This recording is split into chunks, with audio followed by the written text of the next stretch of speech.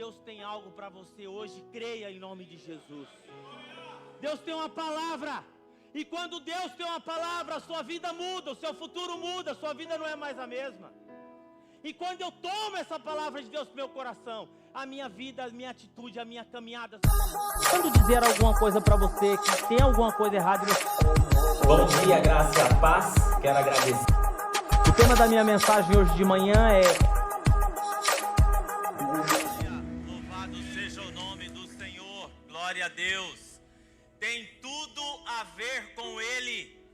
É Ele que muda decreto, é Ele que muda estações, é Ele que muda circunstâncias. Deus tem o controle da sua vida nas mãos dEle. Deus tem o controle das circunstâncias, Deus tem o controle, Ele não saiu do controle. Ele tem uma palavra para você hoje de manhã. Talvez você saiu da sua casa hoje pensando o seguinte: eu vou participar do culto. Mas Deus trabalhou de forma sobrenatural para que você chegasse aqui nesse lugar. Porque às vezes nós enxergamos a vida do nosso ponto de vista, da nossa ótica, da nossa circunstância, daquilo que vivemos. Mas Deus, Ele vem suprindo as nossas necessidades. Ele fala assim: eu não vou fazer aquilo que Ele quer, mas eu vou fazer aquilo que Ele precisa. Aquilo que ela precisa, é Ele que coloca a mão, irmãos. É Ele que abre o mar. A palavra de Deus diz assim, que não existe nada que foi feito sem o mover da palavra do Senhor. Creia nisso essa manhã. Quando nós cantamos que tudo tem a ver com Ele, até as circunstâncias que aconteceu na sua vida essa semana, que você não esperava, tem tudo a ver com Ele. Tem tudo a ver com a vontade dEle para a sua vida, para a sua família, para o seu casamento, para a sua história, para o seu futuro. Porque um dia, como igreja, nós iremos morar com Ele nas mansões celestiais. Ele foi preparar lugar e Ele tem algo para a sua vida. Creia! Creia em nome de Jesus. Não participe desse culto, é mais um culto, é mais um domingo. Deus tem algo diferente para você. Deus tem algo novo. A palavra de Deus diz que nós temos que ter ousadia para entrar no Santo do Santo. Irmão, existe milagre que não acontece na nossa vida porque nós não temos coragem de orar. Existe coisa que não acontece na nossa vida porque nós não temos força e coragem para romper o protocolo, porque a gente vive enquadrado dentro daquilo que a gente acha. Ah, eu acho isso, eu acho aquilo, mas Deus tem algo para você hoje, creia em nome de Jesus. Deus tem uma palavra, e quando Deus tem uma palavra, a sua vida muda, o seu futuro muda, a sua vida não é mais a mesma. E quando eu tomo essa palavra de Deus para o meu coração, a minha vida, a minha atitude, a minha caminhada, as minhas decisões, as minhas amizades, a minha agenda é determinada por aquilo que Deus prometeu para mim. E não é as circunstâncias, não é a política, não é a crise, não é nada, é Deus. Então quando você canta, tem tudo a ver com Ele, creia. Creia que tem tudo a ver com Ele mesmo. E aí a gente sai, sabe o que? Da nossa boca a murmuração, a reclamação, o lamento, aquele negócio: ai, como tá difícil, né, irmão? Ai, mas como tá difícil, né? Ai, você viu, que tragédia, a gasolina subiu. Ai, tá tudo difícil, irmão. Tem tudo a ver com Ele. Deus está no controle, nós não somos dessa terra, aqui nós somos peregrinos. E quando nós estamos caminhando aqui, há uma intervenção sobrenatural de Deus. Há uma vontade de Deus que ela é boa, perfeita e agradável. Existe uma doutrina chamada soberania de Deus. Ele está no controle. Crê nisso, irmão? Fecha os seus olhos então, vamos orar antes de eu pregar. Pai querido e amado, queremos colocar diante da Tua presença as nossas vidas. E mais uma vez nós entramos na Tua presença com ousadia, ó Pai. Existem enfermidades essa manhã aqui, ó Pai, que o Senhor, não é que o Senhor quer curar, o Senhor deseja curar e o Senhor tem poder para curar. O Teu amor nos alcança de todas as formas. Corações inquietos, ansiedade, preocupações, preocupação com o futuro, medo, ó Pai.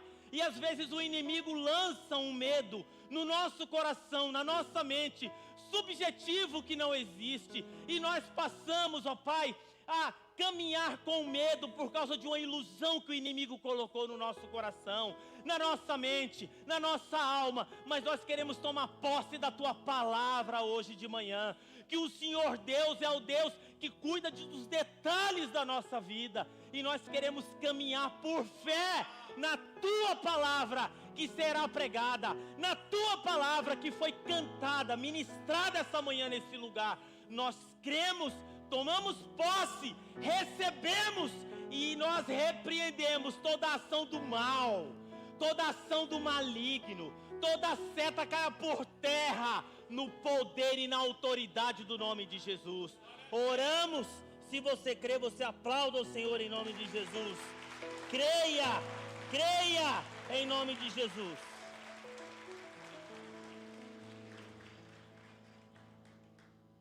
Pode sentar. Nós estamos em tempo de clamor e oração. 2 sexta-feiras aqui que nós tivemos vigília. Estamos clamando. Segunda-feira, oração. Nos nossos cultos, oração. Deus fala com o seu povo através de muitos canais. Fala através do louvor. Fala através da palavra. Fala através das circunstâncias. Fala através de testemunhos. Mas só existe um canal que nós falamos com Ele. Sabe o que é? Oração. Oração. E nós precisamos deixar de ser crente que precisa de alguém para chegar até Deus. O Paulo, de repente, é uma pessoa importante. Aí, mas eu não tenho acesso ao Paulo. Mas eu sei que o Paulo conhece alguém que me conhece. Aí eu chego no Tiago e falo: ô Tiago, fala com o Paulo lá para mim. Aí, pode deixar que eu vou falar. Aí o Tiago vai lá e fala com o Paulo. Às vezes, irmãos, a nossa relação com Deus é assim. A gente fica pedindo para alguém, pedindo para alguém, pedindo para alguém. E é sobre isso que eu quero falar hoje de manhã. Olha o que interessante essa palavra aqui. Deus tem algo para a sua vida hoje de manhã. Essa palavra aqui não é um acaso. Isso aqui é algo que Deus direcionou. Eu vim preparado hoje de manhã para pregar uma outra coisa totalmente diferente disso aqui. Aliás, eu já tinha até falado semana passada que eu ia pregar hoje. Mas você chega e fala assim: mas não é o que você quer, é o que eu quero. Não é o que você deseja, é o que eu desejo. E aquilo que você imagina que às vezes é uma circunstância, puxa vida, aconteceu algo errado. Deus fala assim: mas não é isso, é isso. Até o louvor. É esse louvor que eu quero, é essa forma que eu quero que você fale, é essa palavra que eu quero. Porque tem uma filha minha precisando dessa palavra. E na hora que você estiver ministrando aqui, você vai falar essa palavra, porque aquela palavra que você falar na oração é que vai atingir o coração dela. Então, olha o que diz aqui, um texto aqui muito conhecido. Filipenses, no capítulo 4, no verso de número 19. Filipenses 4, 19.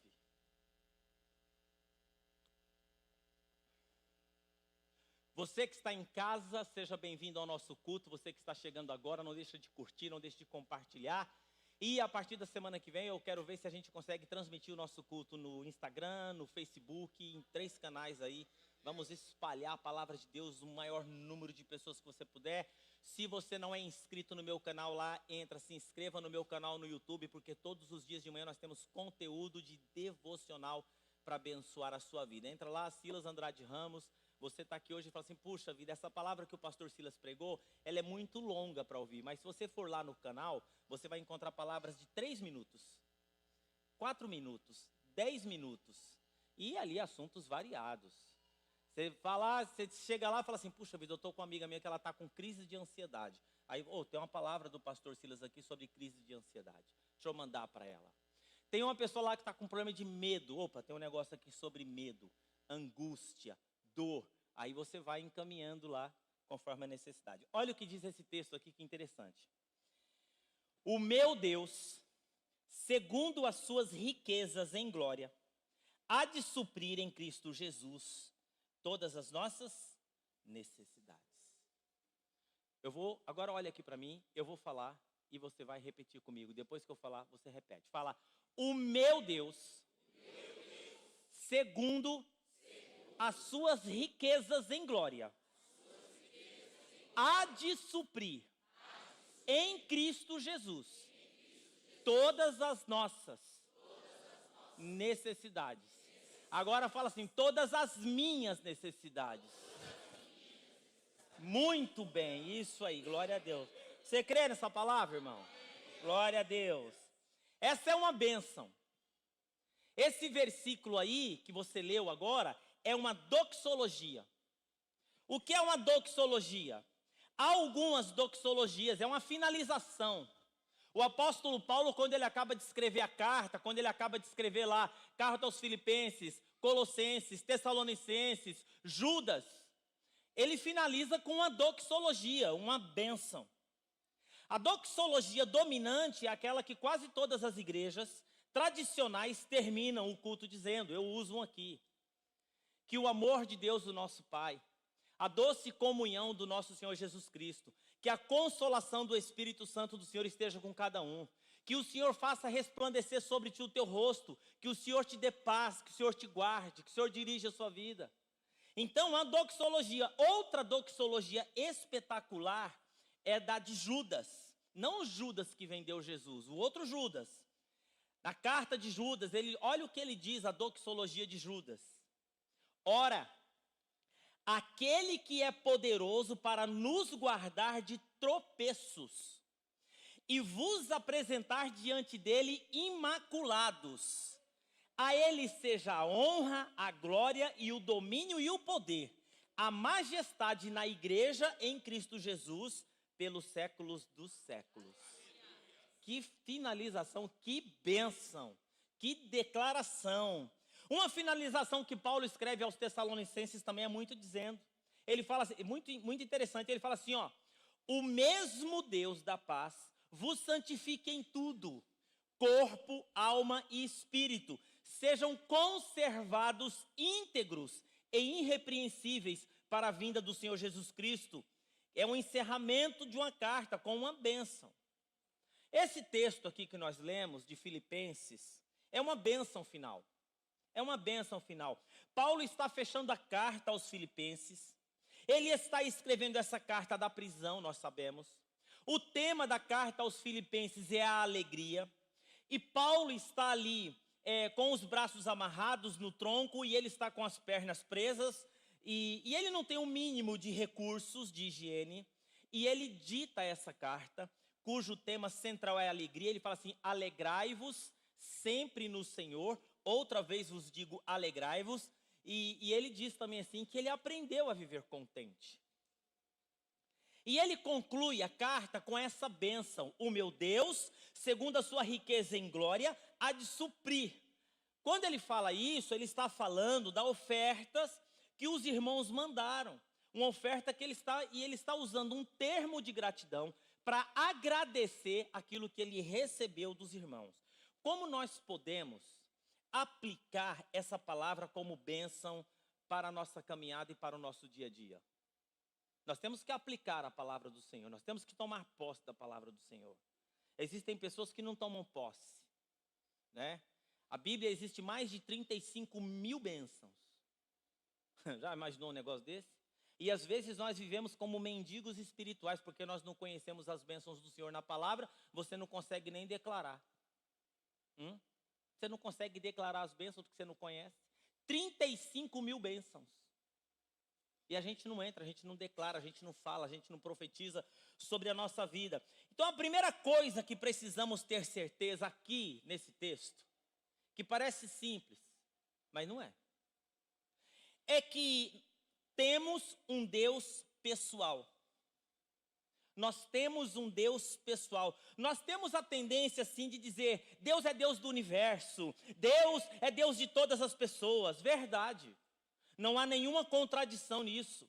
Deus é um Deus de criador dos céus e da terra. Amém? Não existe nada que não tenha sido criado pelo poder da sua palavra. O homem descobriu a energia elétrica, mas o homem não inventou o rio.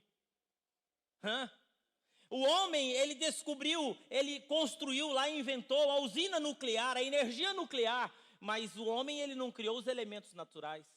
Deus, ele é criador de tudo que existe.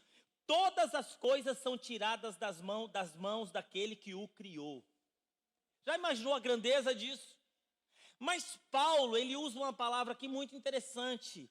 Paulo, ele usa a palavra possessiva, ele chama Deus de um Deus. Ele não chama Deus de um Deus do universo, ele chama de o meu Deus. É meu Deus, é seu Deus. É seu. O meu Deus, eu gosto desse possessivo de poder chamar de Deus de meu Deus. Ele pode ser Deus do universo, Deus do cosmos, Deus das galáxias, mas ele é meu Deus, e é assim que Paulo apresenta para nós, o meu Deus. Você tem essa intimidade, por acaso, de chamar Deus e poder chamá-lo assim de meu Deus? Preciso chegar diante dele através de... Não preciso chegar diante de Deus através de 30 audiências.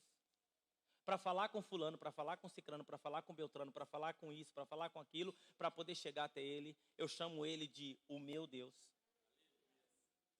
Ele é meu Deus. Às vezes nós vamos dobrar o joelho para orar, e a gente ora muito no coletivo, né? Já viu isso?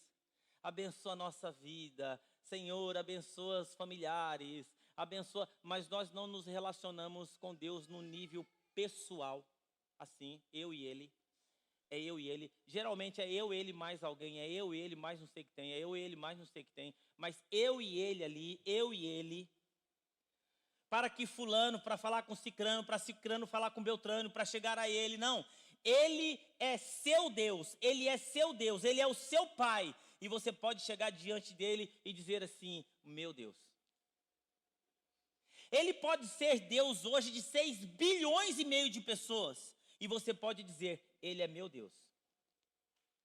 Existem pessoas precisando de Deus nesse momento em todas as partes do mundo. Na Ucrânia, eu imagino quantas centenas e milhares de clamores na Ucrânia. Na guerra, no Rio de Janeiro, São Paulo, Rio Grande do Sul. Mas você pode chegar diante dele e dizer assim, o meu Deus, você pode dizer o meu Deus. Alguém pode estar precisando dele em qualquer outro lugar, dentro de um hospital. Mas você chega e diz, meu Deus. Sabe o que a Bíblia diz? A Bíblia diz que ele tem o nosso nome escrito na palma da mão. Qual o tamanho da mão de Deus? Já parou para pensar nisso? Já parou para pensar um negócio desse? Porque, Eliezer, quando você não quer esquecer de alguma coisa, o que você faz? Deixa eu anotar aqui. Hoje tem os celulares, né? Quem aqui alguma vez já anotou alguma coisa na mão para não esquecer?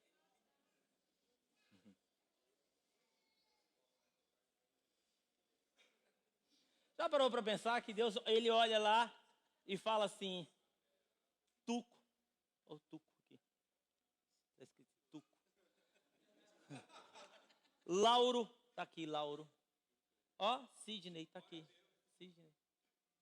Porque às vezes nós pensamos Deus muito no coletivo, mas nós não pensamos nesse nível de interação e relacionamento pessoal que nós devemos ter e mais, nós precisamos desenvolver. Quando você não quer esquecer alguma coisa e não tem onde anotar, você escreve na palma da mão o nome do empresário, o nome do médico, o nome do amigo, o endereço do emprego, o número de telefone. É tanta coisa, mas a Bíblia diz que o nosso Deus, nós podemos até esquecê-lo, mas ele nunca esquece, porque ele tem o nosso nome escrito na palma da mão. Às vezes nós saímos de um culto como esse aqui, irmão, com palavra, com um louvor maravilhoso, com a palavra profética ministrada aqui pela Graciela, e você na segunda-feira já esquece de tudo. Nós não podemos esquecer, nós temos que registrar. O pastor Carlos Eduardo estava pregando aqui na quinta-feira, e ele trouxe algumas revelações aqui impressionantes da palavra de Deus, e eu disse assim, eu vou ter que ouvir essa mensagem, eu vou ter que anotar, porque eu não posso esquecer esse dia, porque foi o dia que Deus trouxe algo no meu coração, que eu creio que vai acontecer no futuro, mas nós esquecemos. Nós esquecemos. Ele nunca esquece, ele não vai esquecer o seu nome. Segunda coisa aqui que Paulo diz, que ele é um Deus rico. Ele é um Deus que ele é o meu Deus, mas Paulo fala assim, ele é rico. Olha, ele é rico. Mas há uma palavra aqui fantástica, porque ele fala assim, o meu Deus, segundo a sua riqueza. E a palavra aqui da riqueza de Deus, a riqueza de Deus não constitui em coisas. Nós medimos a riqueza de uma pessoa através do quê? Através do carro que ele usa, da casa que ele mora, do condomínio onde ele está, do cargo que ele ocupa, do salário que tem, da roupa que veste. Mas as Escrituras Sagradas diz que a riqueza de Deus ela é medida em glória. O meu Deus, segundo as suas riquezas em glória. Glória, irmão. A palavra glória é o ponto mais alto da vida de alguém. Quando alguém atinge o topo daquilo que quer alcançar, a pessoa atingiu a glória. Lá no estádio do Palmeiras tem uma estátua do Ademir da Guia, glória.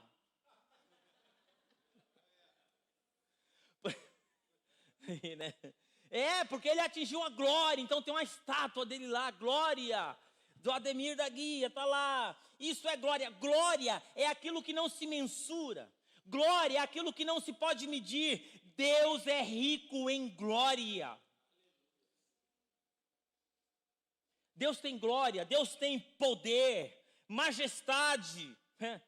Nome de Deus, irmãos, é algo poderoso. O nome de Deus é algo poderoso. Tanto que o salmista diz assim, nos céus os anjos cantam glória. Depois Paulo ele faz uma aplicação tremenda dessa doxologia aqui. Ele fala, o meu Deus, ele é rico em glória. E depois Paulo ele aplica a bênção na nossa vida. Ele diz o seguinte, ele diz assim, que ele pode suprir, e ele usa o verbo haver. Ele fala assim, ele há de suprir. Então tenha certeza que nada vai faltar em nome de Jesus. Porque a palavra, ele há de suprir. Não é isso que ele fala? Todas as suas necessidades. Mas tem uma coisa interessante aqui, ele fala, em Cristo Jesus. Cada uma das nossas necessidades. Agora, a variação desse verbo é grande demais.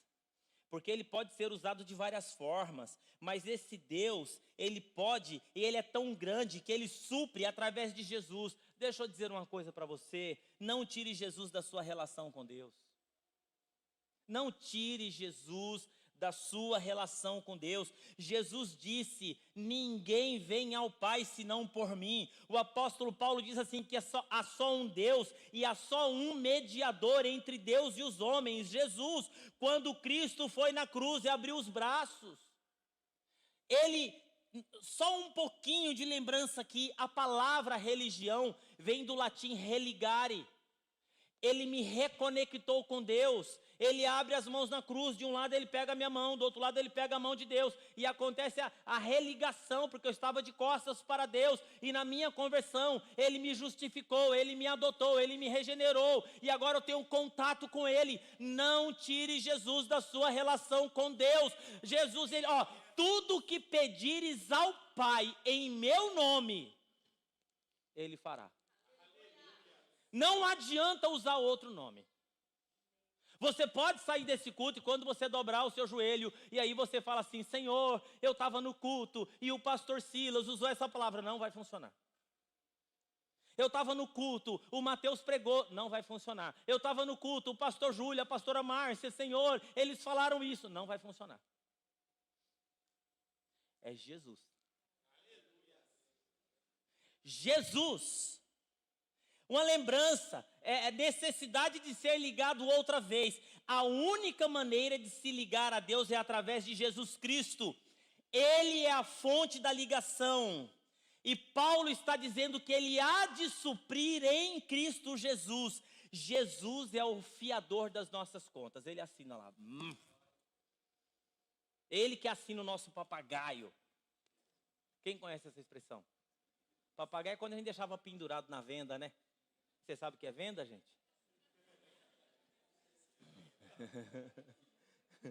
Papagaio, venda, pendura. Vocês conhecem, né, Dida? O Dida sabe tudo isso, irmão. O Dida é o mais velho que tem aqui. O Dida e o Frade Lauro aqui. Tudo quando pedires ao Pai em meu nome. E não adianta chegar lá com outro nome, irmão. O único que funciona é o nome de Jesus. Toda fonte de suprimento está em Jesus. Quais são as suas necessidades? Quais são as nossas necessidades? Onde é que pega? Onde é que falta?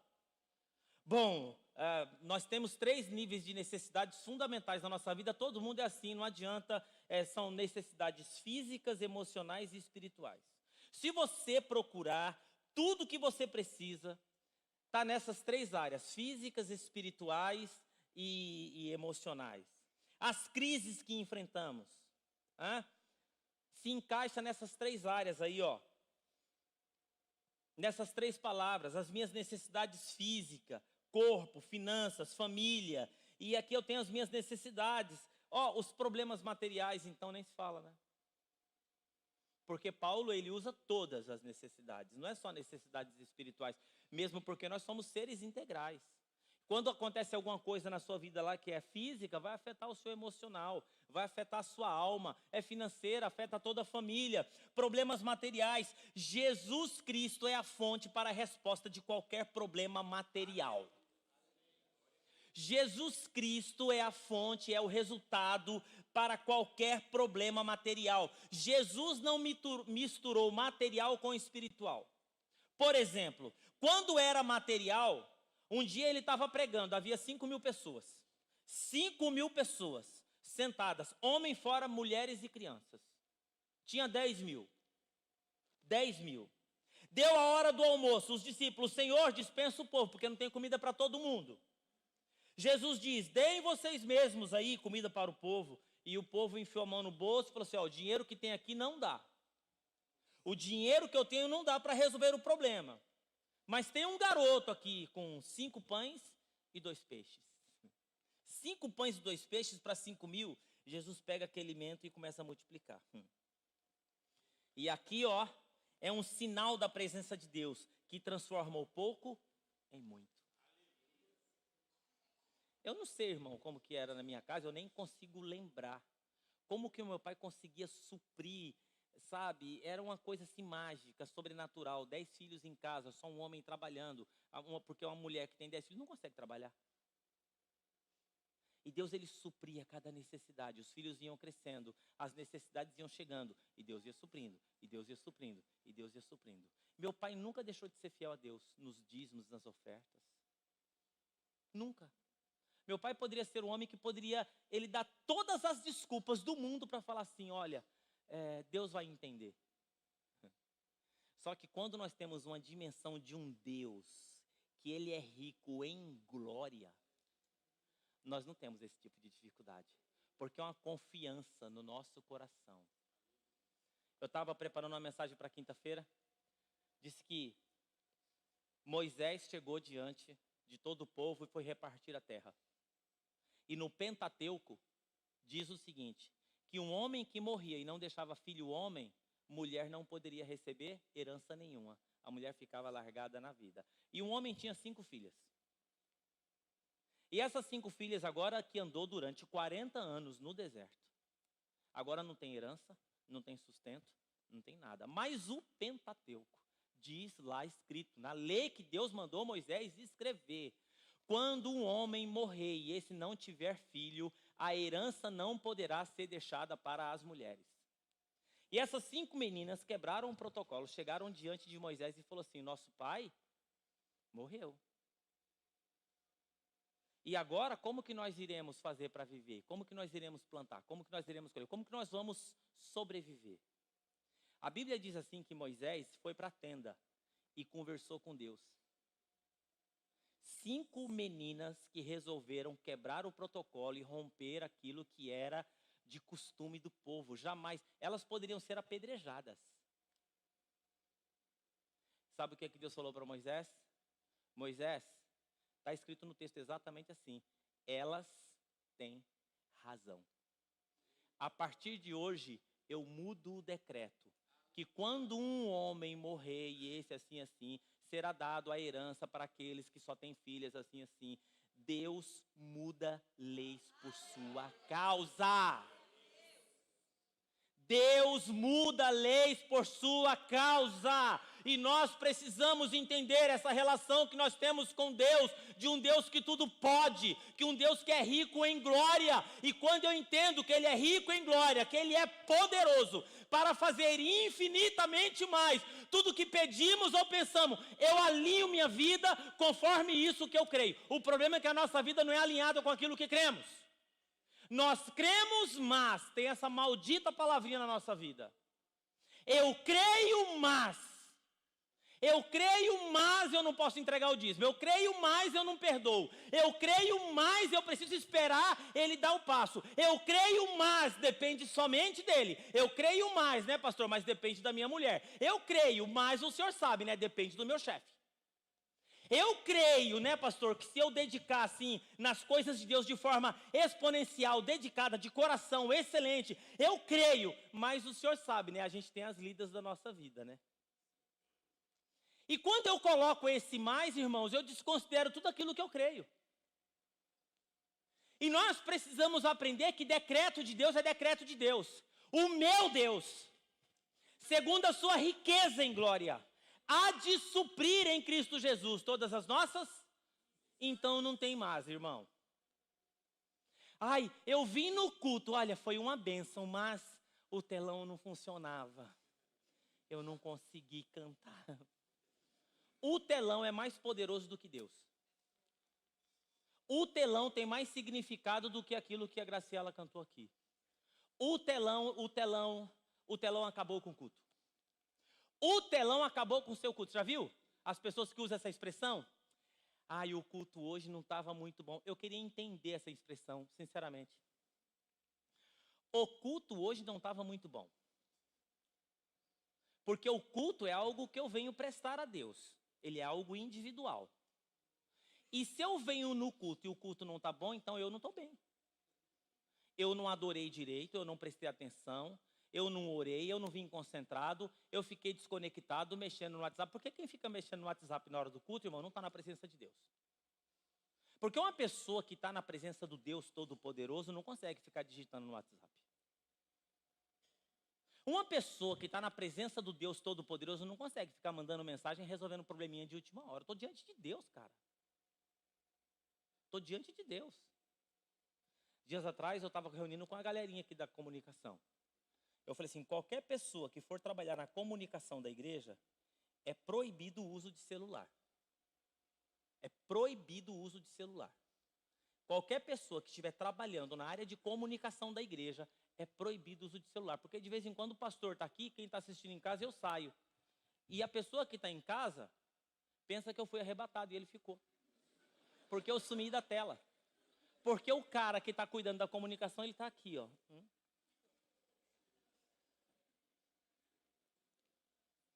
E nós esquecemos que quem está na comunicação, quem está ministrando, quem está cuidando da câmara, a Graciela aqui, ó, ela está ministrando, cantando, lançando aqui palavras proféticas de transformação, de cura, de restauração, tal. E a pessoa que está na câmara está fazendo a mesma coisa. Ele está lançando palavras de cura, palavra profética, palavra de restauração. E ela precisa fazer isso chegar da melhor maneira possível lá, para aquela pessoa que está sentada no sofá. E você que está sentado no sofá em casa me assistindo agora, fica de pé, levanta, ora. Quando a gente orar, você ora também. Quando a gente ajoelhar, você ajoelha também. Quando a gente dá glória a Deus, você dá glória a Deus também na sua casa aí, em nome de Jesus. Então, olha aí, irmãos, Deus, ele supre as nossas necessidades. E quando eu creio nesse Deus dessa forma, e quando eu tenho essa convicção, eu não tenho dificuldade. Agora, quando eu não tenho essa convicção, aí eu coloco qualquer coisa na frente de Deus. Eu posso vir em 50 cultos, nada vai acontecer, porque eu tenho mas. E tem um outro detalhe, pastor, mas eu tenho o meu jeito de obedecer a Deus. Obedecer a Deus do seu jeito não é obediência, é desobediência. eu tenho o meu jeito de ser. O seu jeito de ser, se não é do jeito que Deus quer, não é obediência. Eu tenho o meu jeito de cultuar, eu tenho o meu jeito de ofertar. Bom, se o jeito que você acha que você está fazendo não é o jeito que Deus pediu, isso não é obediência, é desobediência. Porque a obediência é tia. Repete comigo, fala, obediência é tia. Total, imediata e alegre. Se não for total, não é obediência. Se não for imediata, não é obediência. Se não for alegre, não é obediência. Agora você aprendeu. Deus falou, obedeça. Não tem mais. Deus falou, ponto. Deus disse uma palavra, ponto. É essa palavra que vai me sustentar. É essa palavra que vai me guiar. É essa palavra que vai me dar direção. Então nós temos os nossos problemas aqui, ó. Nós temos os nossos problemas materiais. Jesus diz, ó, deem vocês mesmos. E aí o que acontece, gente?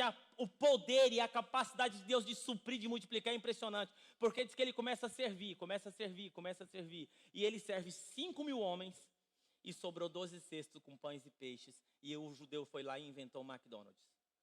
Macfish. Esse negócio de peixe e pão, irmão, quem inventou foi Jesus. Foi americano. Porque o judeu, quando sobra uma coisa na mão dele, ele abre uma lojinha. Temos os nossos problemas emocionais.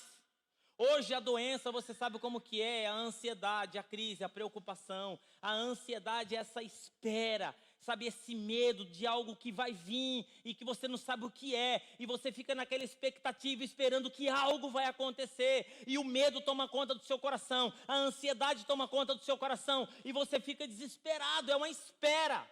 A fé é uma espera positiva, o medo é uma espera negativa. E quando a gente tem muito medo de alguma coisa, aquilo acaba acontecendo. Porque Jó, ele disse o seguinte, o que eu temia me aconteceu. Porque você começa a morar, você começa a viver naquele medo, você começa a viver naquela espera, e você começa agora a encarnar aquela situação. E quando você fica morando naquela situação, você cria aquela situação e aquela situação acontece com você. Então o medo é uma fé ao contrário. Você tem tanto medo naquilo que aquilo acaba acontecendo. Você já viu as pessoas que falam assim, nossa, o maior medo de fulano era acontecer isso, e acabou acontecendo. A fé é diferente. Temos os nossos problemas emocionais, depressão, essas coisas. Às vezes, nós aceleramos demais, o corpo espana a rosca, né, irmão? A gente corre demais, e às vezes a gente corre demais por causa da falta de confiança em Deus. Porque a Bíblia diz assim, maldito é o homem que confia na força do trabalho da sua mão. Nós temos que confiar em Deus. O corpo espana, começamos a chamar jacaré de borboleta. Sentado no sofá chorando, e a pessoa fala, o que está acontecendo? Não sei. O que foi? Não sei. Mas você está sentindo alguma dor? Não. Mas o que é? Uma pessoa, quando você chega nela, e ela está chorando, desesperada, com crises, e ela fala, não sabe o que está acontecendo, é porque essa pessoa está muito ruim. Agora, se você chega no Marcinho aqui e fala, ô Marcinho, eu estou percebendo que esses dias você está meio triste, cara, o que aconteceu? Ele fala assim, perdi meu pai, ele está bem. Ele não está bem porque ele perdeu o pai, ele está bem porque ele está com as suas faculdades normais.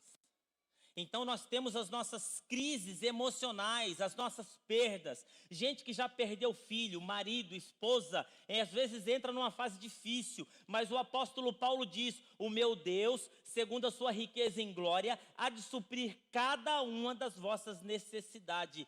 Deus não nos isenta das lágrimas, mas Ele prometeu enxugar todas as nossas lágrimas. As insônias faz parte da vida, irmãos. As lutas fazem parte da vida, as enfermidades fazem parte da nossa vida. Mas o nosso Deus, segundo a sua riqueza em glória, supre as nossas necessidades. Supre também as nossas necessidades espirituais. Aquele vazio na alma, né? Quem talvez já não disse assim, ou já ouviu alguém dizer assim, Deus se esqueceu de mim, não sabe meu telefone, não sabe o endereço, não sabe onde eu moro. Deus se esqueceu. A Bíblia diz que mesmo quando o nosso pai e a nossa mãe nos abandonarem, que é impossível E quando acontece alguma coisa muito grave por trás desse negócio de abandono de filho, abandono de filha, existem coisas muito mais profundas que não cabe ninguém julgar. A mãe abandonou todos os filhos, desapareceu. O pai abandonou todos os filhos, desapareceu. Alguma coisa muito mais profunda por trás disso. Ele diz o seguinte: se seu pai e a sua mãe te abandonarem, eu jamais te abandonarei. Olha só que coisa maravilhosa. Há um momento na nossa vida, irmão, que a caixa de fusível entra em curto. Nós fazemos coisas das quais nós nos envergonhamos, mas existe uma coisa chamada graça de Deus, que é capaz de curar os nossos fusíveis queimados e restaurar as nossas emoções desequilibradas e pôr de novo um sonho novo no nosso coração, na nossa mente, na nossa vida, uma caminhada diferente. Deus é poderoso, através de Cristo Jesus, restaurar todas as nossas necessidades, arrumar as nossas emoções desarrumadas, que a gente fica mesmo com as emoções desarrumadas, a nossa saúde. Isso chama graça de Deus, bondade de Deus, misericórdia de Deus. E aí, olha só, a Bíblia chama nós de menina dos olhos de Deus, cara. Já parou para pensar um negócio desse? Ele te chama assim: Deus nos trata com bondade. Deus, ele é chamado na Bíblia de o Deus de muitas misericórdias. A bênção de ontem foi ontem, hoje tem uma bênção nova para mim, uma bênção nova para você. A graça de Deus na nossa vida ontem foi ontem, mas tem uma graça nova. A Bíblia diz assim, que assim como o sol se levanta do Oriente e vai para o Ocidente, as misericórdias do Senhor se renovam a cada manhã. As misericórdias de Deus, sabe o que significa isso? Segundas chances. As misericórdias de Deus significa a gente visitar o nosso passado, ver aquilo que foi de errado, para poder fazer certo. Você já imaginou se você não tivesse segunda chance? Você já imaginou se não existisse segunda chance, irmão? Você não estaria aqui. Você não teria os amigos. Aliás, talvez você não estaria nem casado mais. Porque você não tinha perdão, você não tinha segunda chance, você não tinha nada. A nossa vida não estaria alinhada desse jeito, você não estaria trabalhando onde você está trabalhando. Você não teria mais as amizades, você não estaria mais, porque você não tem segunda chance, não existe segunda chance. Então, quando o profeta Jeremias, ele fala assim, as misericórdias do Senhor se renovam a cada manhã, é que Deus nos dá segundas chances. Meu Deus é rico, mas mais rico do que Bill Gates, infinitamente mais rico, porque as riquezas de Deus não se medem em moedas, se mede em glória. A glória de Deus, ela perdura, ela perdoa, purifica e que põe novos sonhos no nosso coração. E quando você pensa que tudo acabou e agora ele diz assim, vai começar de novo. Vem um tempo novo na nossa vida. Quando você acha que tudo acabou, ele faz nova todas as coisas. Porque ele é o Deus das misericórdias. Quando nós enfrentamos as nossas crises, né, irmãos? Quando a gente pensa assim nesses problemas que eu disse assim, materiais, físicos, emocionais, eu penso nas nossas crises, porque isso está inserido dentro das nossas crises. Crise de desenvolvimento. Nós insistimos em não querer crescer. E quando a gente, deserto, ou você é aprovado ou você não sai dele. Eu acho interessante como Paulo começa essa doxologia. Porque ao mesmo tempo que ele acaba dizendo o seguinte, o meu Deus supre cada necessidade, ele no começo da doxologia ele fala assim, eu aprendi o segredo do contentamento. E Deus suprir todas as necessidades não significa que eu não terei problemas. Porque Paulo fala do contentamento, porque o contentamento vem de conteúdo. É o conteúdo que a vida se apresenta para nós. Irmãos, a nossa vida ela não é equacionada aqui. A nossa vida ela só vai ser resolvida na glória. É por isso que Paulo usa essa expressão, o meu Deus, segundo a sua riqueza em glória, há de suprir em Cristo Jesus todas as nossas necessidades. Enquanto nós estivermos aqui, nós vamos ter sede. nós vamos ter fome, nós vamos ter a angústia, nós vamos ter a dor, nós vamos ter a depressão, talvez a síndrome do pânico, nós vamos ter as crises financeiras, mas nós precisamos, qual é a fonte que nós vamos buscar suprir as nossas necessidades? Porque nós podemos ir na fonte de água viva, ou nós podemos ir buscar água rota, água de poça, água de chuva, para suprir uma necessidade que essa água não pode suprir. E depois Deus olha para a gente e fala assim, de novo com a boca aí, meu filho, eu já não disse que você tem água pura, você tem água boa, você tem água viva, você tem vida em você. E as nossas crises de desenvolvimento, a gente insiste em viver de uma maneira que não é legal. Só que Deus, ele é educado. E você insiste em viver daquele jeito e Deus deixa. E de repente você começa a perceber que aquilo não é legal. E é que aquilo não é bom para você. Aí você volta para Jesus. Aí Jesus fala assim, vamos fazer do jeito certo. Porque assim você vai crescer. Ó, assim você vai crescer. As crises não deveriam nos dar medo. Porque essa palavra crise, eu já ensinei aqui. Ela vem da palavra crisálida. Crisálida é um processo de transformação que uma lagarta dentro do casulo sofre intensamente para que ela possa se transformar em uma borboleta. Quando nós enfrentamos as nossas crises de desenvolvimento e nós ficamos sempre repetindo aquela situação, é porque nós nos recusamos a crescer. Porque nós procuramos caminhos de intervenção para nos liberar daquele problema. Eu estou enfrentando uma crise, eu estou em sofrimento, eu estou dentro do casulo, mas eu quero sair dali. Mas não é para sair, é para ficar ali. E se eu arrumo um meio que vai romper para que eu possa fugir daquela situação, daqui a pouco eu estou naquela situação novamente. Por isso que a crise, ou ela te forma, ou ela te deforma. Se você passar pela rua e encontrar um casulo e ali dentro tem um processo de transformação, e no meio do processo de transformação você chegar e falar assim, sabe de uma coisa? Eu vou ajudar esse bichinho aqui a nascer, tadinho. Aí você pega e passa um estilete assim, e você tira ele dali de dentro. Sabe o que vai acontecer? Ele vai morrer. Porque ele não vai conseguir voar, ele não vai conseguir andar, ele não vai conseguir fazer nada, ele vai morrer. Assim somos nós. É nessas crises que Paulo fala assim, eu aprendi a viver contente, eu entendo o conteúdo, eu entendo o momento, eu entendo a fase, eu entendo o que Deus está fazendo em mim. Crises circunstanciais. Quem não passa, irmão, em crises circunstanciais? Pandemia é crise circunstancial, você não tem controle. Você pensa que, eu estou nessa empresa há 25 anos e eu estou bem, e daqui a pouco a empresa pega e fecha. E você era o grande empresário, você vai dirigir van. E você entra na crise. Eu encontrei uma situação assim, o sujeito, ele tinha um negócio tão seguro numa grande multinacional que ele achava que nunca, jamais ia acontecer, porque ele é super, mega, ultra, funcionário exemplar, nunca teve uma falta. E um dia a empresa chamou e falou assim, ó, acabou, tchau. Ficou com raiva de Deus. Como que Deus pode fazer uma coisa dessa comigo? O que é isso? Crises circunstanciais. Crises circunstanciais. E as crises existenciais, os porquês da nossa vida. Deus, por que isso, por que aquilo? Deus, por que isso não acontece, por que aquilo não acontece? Não importa. Não importa, irmão.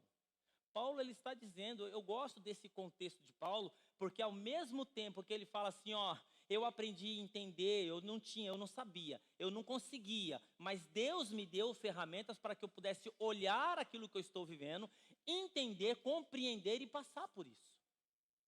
Mas crescer. E ele termina a carta dizendo, o meu Deus. Porque quando nós passamos nesses vales, nós vamos criando intimidade com Deus. É igual o Salmo 23.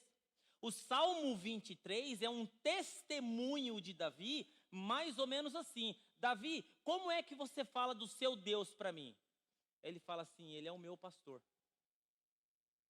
Eu defino Deus assim como o meu pastor.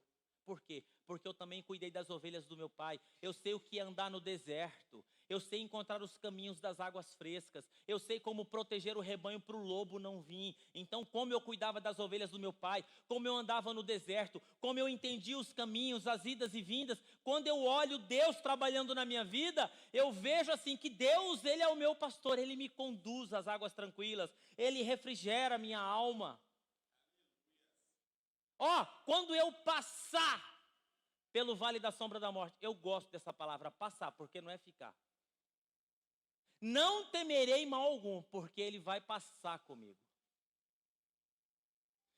Nós precisamos, como igreja e de forma individual, resgatar aquilo que nós chamávamos antigamente de hora tranquila. Aquele negócio assim de você chegar lá, desligar tudo, parar tudo, fecha a porta do seu quarto, dobrar o joelho e o seu pai que te vê em secreto, você ali conversar com Deus. A gente precisa resgatar isso. Porque às vezes nós começamos a relacionar com o Deus da coletividade. Mas o Deus, Ele é um Deus pessoal. Ele é meu Deus, Ele é o Deus do Fábio. Ele é o Deus do Marcinho. Ele é o Deus da Marcela. Ele é o Deus de cada um, do Eliezer, do pastor Sidney. Ele é o Deus de cada um aqui. Agora, se você fosse se relacionar com Deus na coletividade, você nunca vai desenvolver intimidade. Eu não sei como que você chegou hoje de manhã aqui. Mas esses dias eu tenho orado e pedido muito a Deus, sabe? Porque como pastor, a gente desenvolve um hábito de sempre orar no coletivo. A gente desenvolve um hábito de sempre pensar como rebanho. A gente desenvolve um hábito de sempre falar assim, Deus, olha o teu povo, olha a tua igreja, olha isso, olha aquilo. E essa semana eu orando, eu falei, Deus, e eu?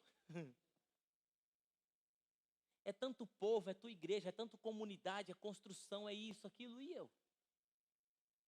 E eu? E eu comecei a colocar diante de Deus algumas coisas. Nós precisamos disso. E você? Porque às vezes, a gente começa a perceber que a nossa relação aqui, ela está muito conectada com a nossa relação aqui. A gente esses dias tem falado muito de amor. Os meninos do louvor trouxeram umas ministrações sobre amor aqui, cara, fantástica. Tem sido ministrações nas nossas vigílias fantásticas. Mas amor eu não tenho, irmão. Amor, a Bíblia diz assim, que é o fruto do Espírito Santo. O fruto do Espírito Santo. E quando eu começo a ter muito problema nas minhas relações, significa que há um problema de conexão aqui, ó. Porque Jesus falou, eu vou para o Pai, mas eu não vos deixarei órfão, eu enviarei o meu Espírito, e Ele estará em vós. E se o Espírito Santo está aqui, existe esse amor, e esse amor vai fluir o quê? Longanimidade, benignidade, fé, mansidão, alegria. Irmão, não dá para aceitar pessoas que dizem que creem em Deus com cara de cavalo. A paz do Senhor, irmão. Não dá. Porque eu estou indo para o céu com cara de quem está indo para o inferno. Se o fruto do Espírito é alegria, dá um sorriso para a pessoa que está do seu lado aí, irmão, sem máscara, aproveita sem máscara. Porque se voltar a ter... Sorri aí, Denilson, é raro ver os seus dentes, quero ver seus dentes aí. Tem uns caras aqui, mano, que é difícil ver o dente. Vai, sorri aí, Fábio. Ó.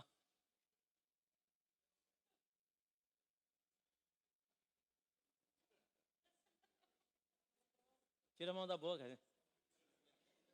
Sorri com a mão na boca. Não vale. Sorri aí, Paulo. Aí, ó. Sorri aí, Márcio. Saiu da UTI, tem que sorrir, meu. Hã?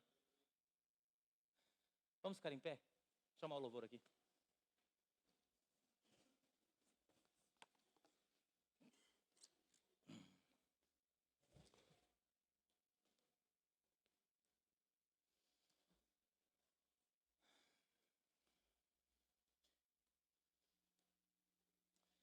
Eu gostaria do fundo do coração que você tomasse essa palavra para o seu coração. E que você pensasse assim, eu estava lá no culto, Deus falou com a gente. Não, com a gente não. Deus falou comigo.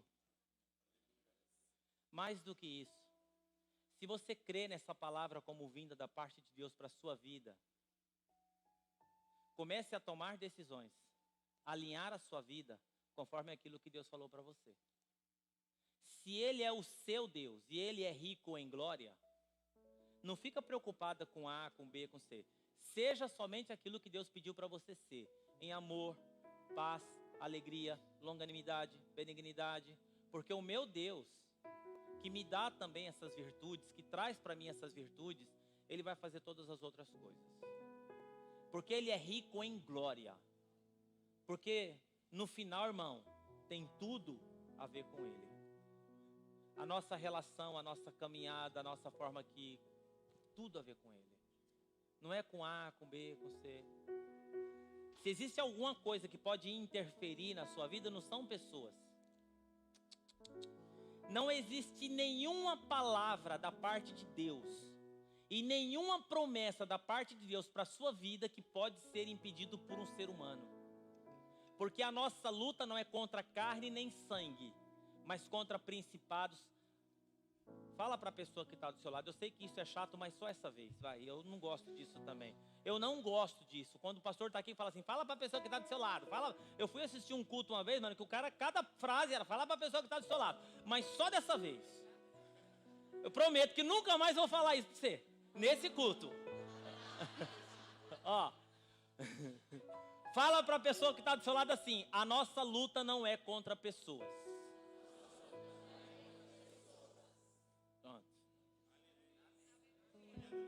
Agora, se eu sei que a nossa luta é contra principados e potestades, o que eu não posso fazer? Eu não posso entrar no campo do inimigo. Como que eu entro no campo do inimigo? Não considerando o que Deus ele está fazendo na minha vida. Por exemplo, se eu entro no campo de tirar satisfação, se eu entro no campo do bateu, levou, eu estou entrando no campo do inimigo. Se eu entro no campo de tentar dar um jeitinho, eu estou entrando no campo do inimigo. Eu não posso dar brecha na minha vida. Eu tenho que ficar aqui no centro da vontade de Deus, porque no centro da vontade de Deus as coisas vão acontecer do jeito dele, da forma dele, quando ele quiser. E é isso aí. Sabe como que Paulo acaba isso aí?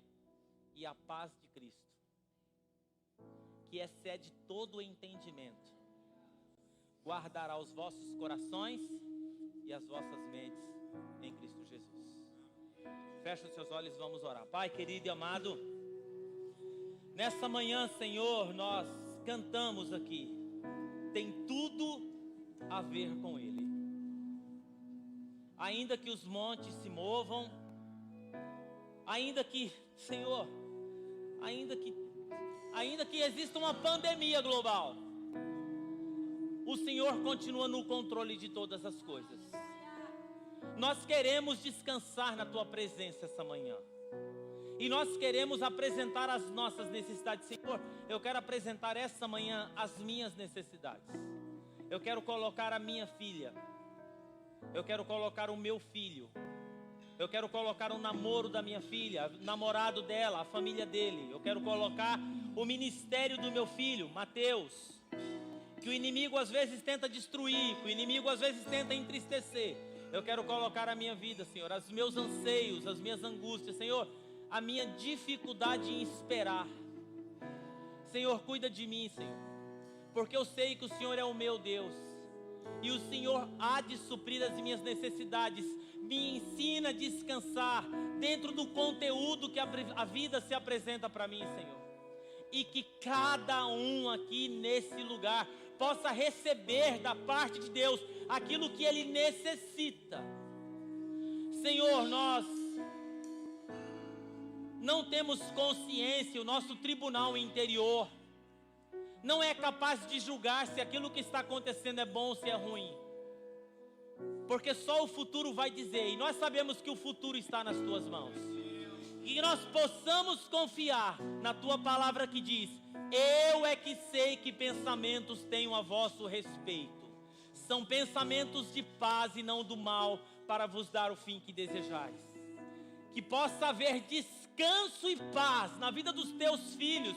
Eu profetizo essa manhã, e que eles possam sair daqui com essa palavra, que não é minha, é tua, em nome de Jesus. Amém. Glória a Deus.